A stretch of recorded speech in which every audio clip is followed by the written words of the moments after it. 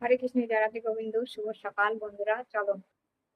এই যে শক্ত চিড়ে আমি ভালো করে ধুয়ে এখানে আমি লাল চিড়ে দিয়ে আমি ঘি মাখিয়ে রেখেছি। এখানে একটা বাঁধাকপি আছে, এখানে বিন, কাঁচা লঙ্কা আর আলু আর ধনেপাতা, কারি পাতা, এখানে নুন, এখানে চিনি। কাজু কিশমিশটা বের করিনি, ওটা পরে দিয়ে দেবো, বলছি দেখাতে পারবো না, বার করিনি এখন। কড়াইতে আমি তেল আর ঘি দিয়ে দিয়েছি।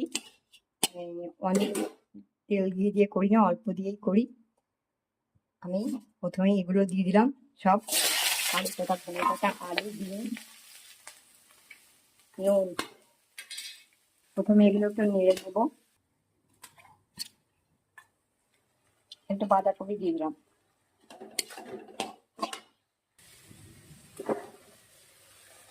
এবার এগুলো দিয়ে দিচ্ছি।